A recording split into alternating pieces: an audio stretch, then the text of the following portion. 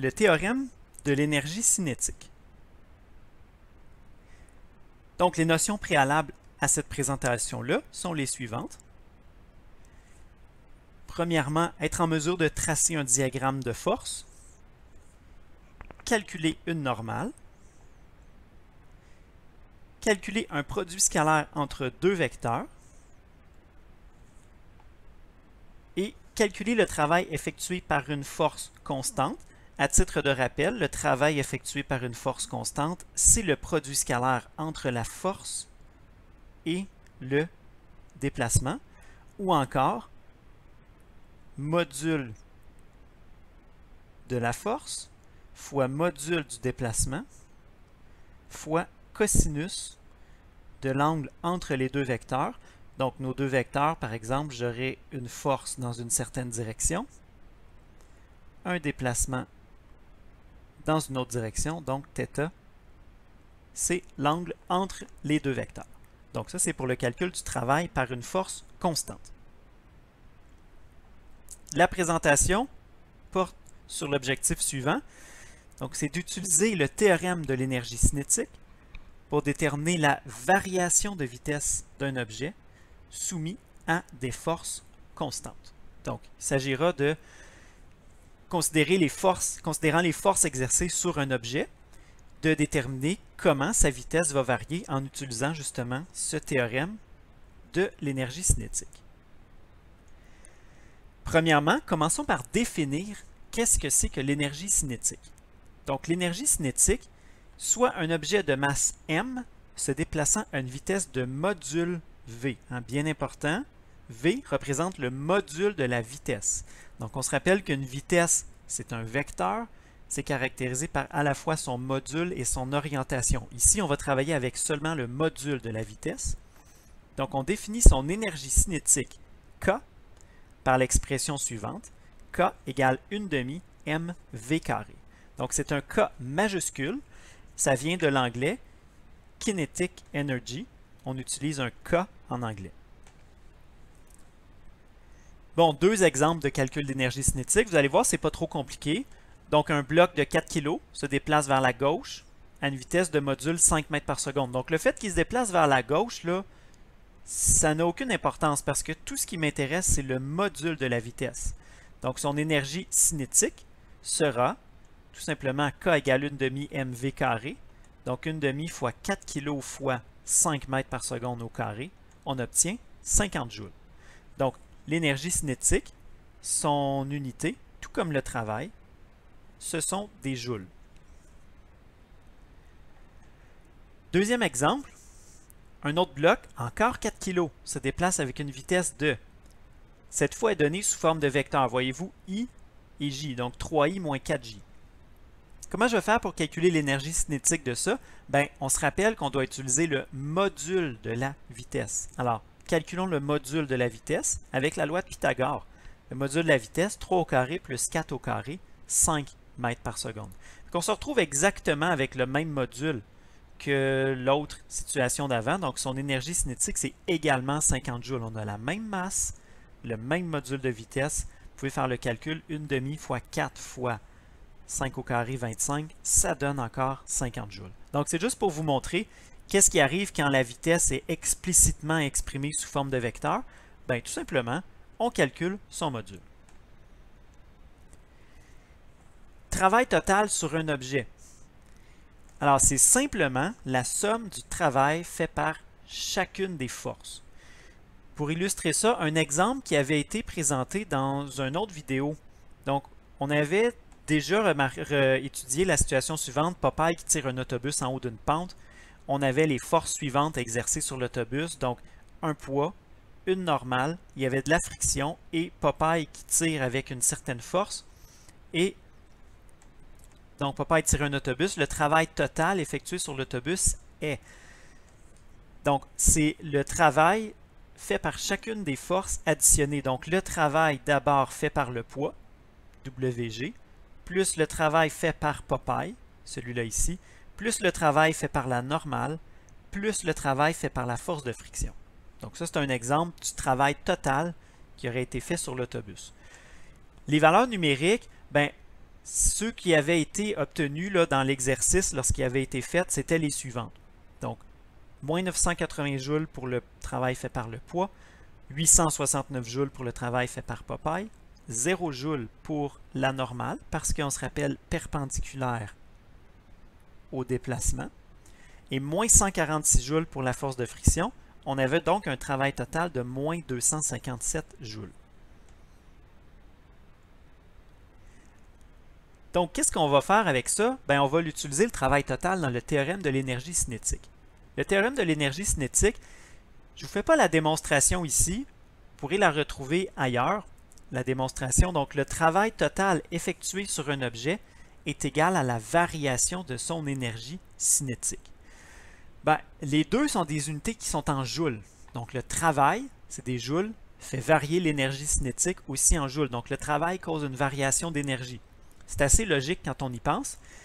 Et le théorème, tout simplement, est très simple. Hein? Travail total égale delta K. Donc, le travail total, évidemment, on a vu, c'est le travail de chacune des forces additionnées ensemble. Delta K, c'est la variation d'énergie cinétique. Un petit mot sur delta K. Imaginons qu'on a cet autobus-là qui glisse sur le sol et on remarque, à un certain instant, on a une vitesse V1, puis un petit peu plus tard, on a une vitesse V2. Donc, la vitesse a changé. Alors, évidemment, l'énergie cinétique va changer. Donc, on a ici une énergie cinétique K1, une demi mV1 carré. Et on a ici une énergie cinétique K2, une demi mV2 au carré. Donc, évidemment, l'énergie cinétique a changé dès que la vitesse a changé. Les deux là, sont très étroitement liés. Donc, la variation d'énergie cinétique, il y a plusieurs manières de l'écrire. Donc, je peux l'écrire comme ceci, K2 moins K1, ou encore, ça pourrait être K final moins K initial, ou encore K moins K0. Donc, ce qui est important, c'est que vous faites la soustraction entre la valeur la plus récente, donc celle que j'ai observée le plus récemment, moins la valeur qui est la plus ancienne, celle que j'ai observée il y a le plus longtemps. Donc, la variation d'énergie cinétique peut être positive si la vitesse augmente, mais peut aussi être négative si la vitesse diminue. Donc, delta K, ça peut prendre n'importe quel signe. Voyons un premier exemple. Dans un exercice précédent, nous avions déterminé le travail fait par chacune des forces sur l'autobus. Donc ça, c'est dans la vidéo sur le travail fait par une force constante. Le travail total était de moins 257 joules. Donc, on va utiliser ce résultat-là pour aller maintenant un petit peu plus loin. Quelle vitesse initiale minimale doit avoir l'autobus pour qu'il puisse gravir la pente avec 20 mètres de longueur? Une petite explication s'impose ici. Comment j'aurais besoin d'une vitesse minimale, puis comment je fais pour savoir c'est laquelle? Bien, regardez ce qui se passe. Donc ça, c'est les forces exercées sur l'autobus, donc force de friction, le poids, la normale, la tension. Donc, probablement que c'est pas équilibré tout ça, là. Donc, qu'est-ce qui va se passer? Bien, l'autobus, en fait, on s'attend à ce qu'il ralentisse. On s'attend à ce qu'il ralentisse. Donc, le travail total est négatif, et donc la variation d'énergie cinétique devrait être aussi négative. Donc, ça veut dire que l'accélération de l'autobus est vers le bas du plan incliné,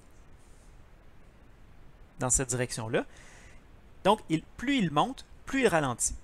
Quelle est la plus petite vitesse qui lui permet de parcourir 20 mètres de longueur? Bien, c'est la vitesse qui va faire en sorte qu'au bout de 20 mètres, il arrive avec exactement 0 mètre par seconde. Donc, on avait dit qu'il y a une force nette vers le bas, une accélération dans cette direction-là, ou encore un travail total qui est négatif. Donc, l'énergie cinétique doit diminuer, la vitesse doit diminuer. Donc, la vitesse V0 minimale va être celle qui va faire en sorte que 20 mètres plus loin, on va arriver à exactement 0 mètres par seconde. Donc, ça, c'est notre inconnu à calculer V0. Donc, voyons voir comment on peut décrire la situation, variation d'énergie cinétique.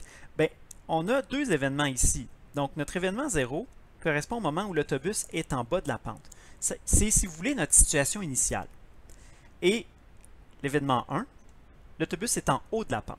ce serait notre situation finale. Alors, on peut les appeler événement 0, 1, situation initiale, situation finale, c'est pas important. Ce qui est important, c'est d'identifier à chaque moment quelles sont les valeurs connues et inconnues. Donc, ici, notre vitesse V0, c'est inconnu. Et à l'événement 1, bien, notre vitesse V1, c'est 0 mètres par seconde. Donc, ça fait en sorte que je connais.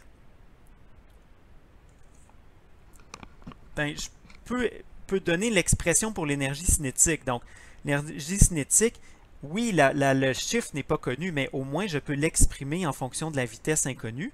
Donc, 1 demi m V0 carré pour l'énergie cinétique initiale ou à l'événement 0. Et énergie cinétique K1, bien, elle, ce sera 0 parce que à cet endroit-là, le module de la vitesse est nul. Donc, il n'y a pas d'énergie cinétique. Le delta K, K1 moins K0. Alors, qu'est-ce que j'ai? Bien, K1, c'est 0 moins une valeur positive ici. Et on obtient donc que le delta K il est négatif et il vaut moins 1 demi m V0 carré. Donc, ce morceau-là, c'est réglé. Donc, on va utiliser le théorème de l'énergie cinétique. Et le travail total est égal à delta K. Donc, le travail total, on prend ce qu'on avait déjà trouvé dans un exercice précédent, moins 257 joules, égale delta K, donc K1 moins K0.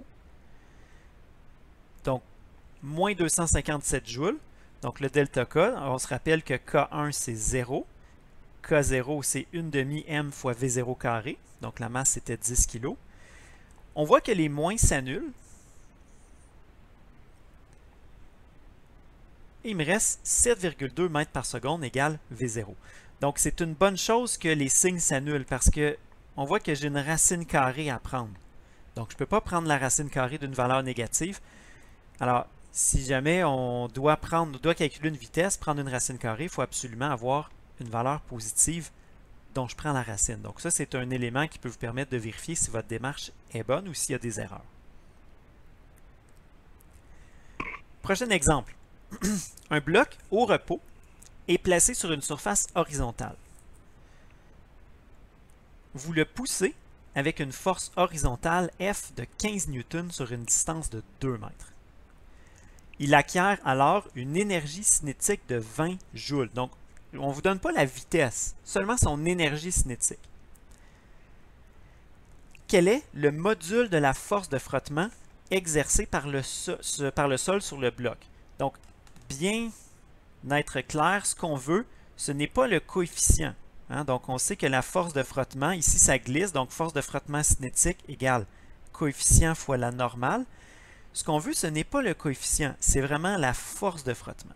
Donc, ce ne sera peut-être pas nécessaire d'aller avec autant de détails que si je voulais le calcul du coefficient. Donc, une des premières choses qu'on peut faire, bien, utilisons notre théorème de l'énergie cinétique. Donc, travail total égale delta K. On va regarder le travail total. Donc, le travail total, ça comprend potentiellement le travail de plusieurs forces. Donc, potentiellement, le travail fait par les forces suivantes. Donc, le poids, la normale, force de frottement et évidemment la force externe, F. Du côté de la variation de l'énergie cinétique, bien, de ce côté-là, c'est assez clair. On a notre événement 0, notre situation initiale, et notre événement 1 ou situation finale. Bien, ça part du repos. C'est au repos. Donc, K égale 0. Et à la fin, K1 égale 20 joules. Donc, c'est donné de manière assez explicite dans l'énoncé. Alors, je vous rappelle que ce qu'on veut trouver, ce dont on a besoin, c'est un delta K. Donc, K1 moins K0. Donc, c'est la variation. Et on a gagné 20 joules d'énergie cinétique. Donc, il nous reste à calculer le travail total. Pour ça, j'ai besoin de calculer le travail fait par chacune des forces. Pour ça, j'ai besoin de trouver quelles sont les forces. Donc, le schéma des forces est le suivant. Le poids, la normale. Force de friction opposée au glissement. Donc, ça se déplace dans cette direction-là. Et ça, c'est la force extérieure que j'ai appliquée sur le bloc. Donc, on va calculer le travail fait par chacune de ces forces-là. Commençons avec le travail effectué par la gravité. Bien, ici, c'est pas trop compliqué. Regardez. Produit scalaire entre le poids et le déplacement, module du poids mg fois le déplacement s fois cosinus θ. Et là, ce qui pourrait vous embêter, on ne connaît pas la masse. Mais c'est pas grave, regardez. On a entre le déplacement et le poids, on a un angle de 90 degrés. Donc, qui dit angle de 90 degrés? Cos de 90 degrés, ça ici, c'est égal à 0. Et donc, vous avez un travail fait par le poids qui est de 0 joule. C'est normal, on se déplace sur une surface horizontale. Regardez, la normale, c'est un peu le même principe. Donc, produit scalaire, je prends les modules, cos θ, c'est 90 degrés, et on a donc encore une fois 0 joule pour le travail fait par la normale. Travail effectué par la force de friction. Donc, on voit qu'ils sont diamétralement opposés. Là, la force de friction et le déplacement sont à 180 degrés. Alors, voici la formule pour le travail. Donc, force de friction, le module de la force fois le module du déplacement fois cosinus θ. Alors, le module de la force de friction, il est inconnu. C'est mon inconnu à calculer dans ce problème-là. Le module du déplacement, on vous l'avait donné, c'est 2 mètres. Donc, on pousse le bloc sur 2 mètres. Et on a 180 degrés entre les deux. Cos de 180, c'est égal à moins 1. Donc, ce qui fait que je ne peux pas trouver la valeur numérique du travail fait par la force de friction, mais c'est normal. Mon inconnu à calculer, c'est ça. Donc, on va voir probablement que ça va être, une fois que je vais utiliser mon théorème de l'énergie cinétique, ça va être la seule inconnue qui va me rester. Donc, perdons pas espoir, même si je n'ai pas de chiffre à cette étape-ci. Travail fait par la force extérieure. Donc, toujours la même formule, produit scalaire entre la force et le déplacement. Module de la force fois module du déplacement fois cos θ. Ici, ils sont à 0 degré l'un de l'autre. 0 degré, ils sont dans la même direction. Donc, ça ici, c'est tout simplement égal à 1 cos de 0. Et donc, cette force-là produit un travail de 30 joules. Donc, une fois qu'on a toutes nos forces, une fois qu'on a calculé le travail fait par chacune des forces, on va maintenant pouvoir utiliser notre théorème de l'énergie cinétique. Donc, le travail total égale delta K. Donc, il y avait deux forces qui ne faisaient aucun travail. Le poids, la normale, 0 joule. On avait la force extérieure, donc qui est justement représentée ici, nous donnait 30 joules. Et la force de friction, on n'avait pas trouvé de valeur numérique, mais on sait que c'est moins 2 fois le module de la force de friction. Et la variation d'énergie cinétique est égale à 20 joules. Donc, qu'est-ce qu'on a? On a une force extérieure qui fournit 30 joules, puis il y en a seulement 20 qui est converti en énergie cinétique. Donc, le reste, c'est le travail fait par la force de frottement. Alors, le travail fait par la force de frottement, ben, on voit ici, si je renvoie les termes de chaque côté, donc on avait 30 moins 20, donc ça fait 10 de ce côté-ci, et le moins 2F, je l'envoie de l'autre côté, il devient positif. Donc 10 joules égale 2 mètres. Je l'ai rajouté les unités ici, 2 mètres, parce qu'on se rappelle que c'est module de la force fois module du déplacement fois cosinus 180. Donc, le 2 là, vient du module du déplacement 2 mètres fois le module de la force de friction. Également, j'ai mis les unités parce que, pour qu'on voit comment les newtons apparaissent. Donc, 1 joule, c'est 1 newton fois mètre.